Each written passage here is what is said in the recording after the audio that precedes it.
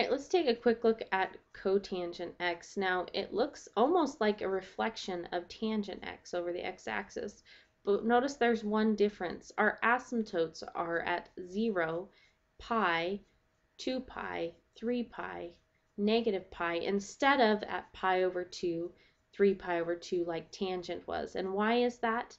Well, cotangent is cosine x over sine x. So now we have undefined anywhere the sine is 0. With tangent, it was anywhere cosine was 0 because it was in the cosine was in the bottom. But with cotangent, sine is in the bottom. So anywhere at 0, we know we can't divide by 0. So we get undefined, which leads to an asymptote. Okay, so sine is 0 at all values of pi. So at 0 and then at pi, 2 pi, 3 pi.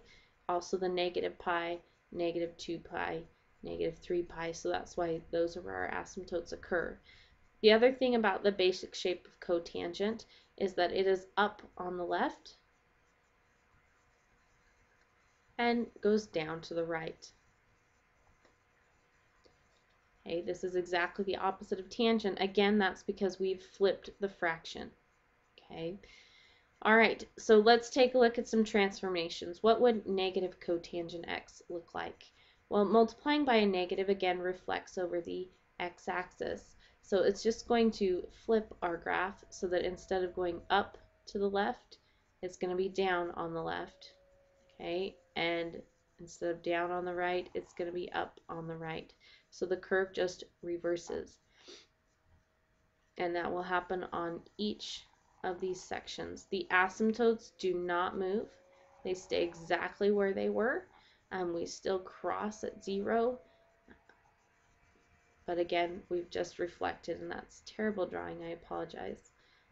But that's what would happen, negative cotangent x. Let's take a look at what would happen with our next transformation. Cotangent x plus 3.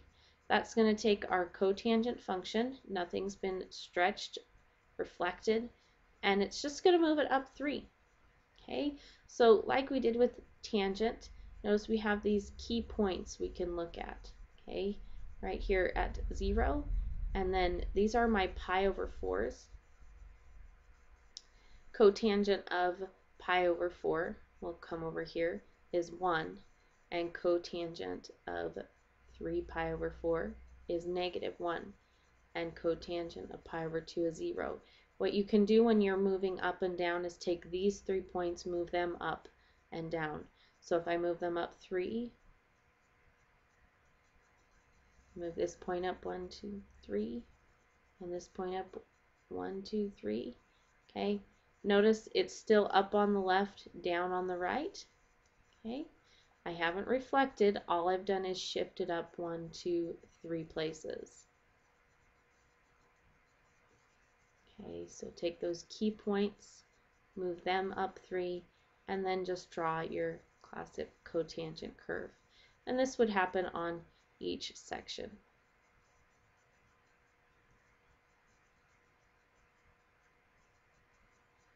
Okay, so that's what this start. I haven't done these other sections, but that is what my new cotangent plus x plus 3 would look like.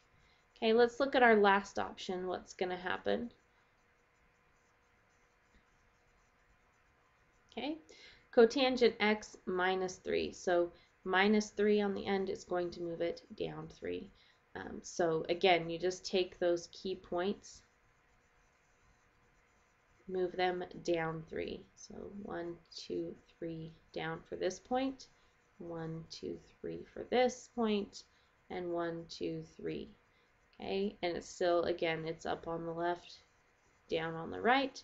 It's just been shifted so that when the curve changes, it's at negative 3 and not up here at 0.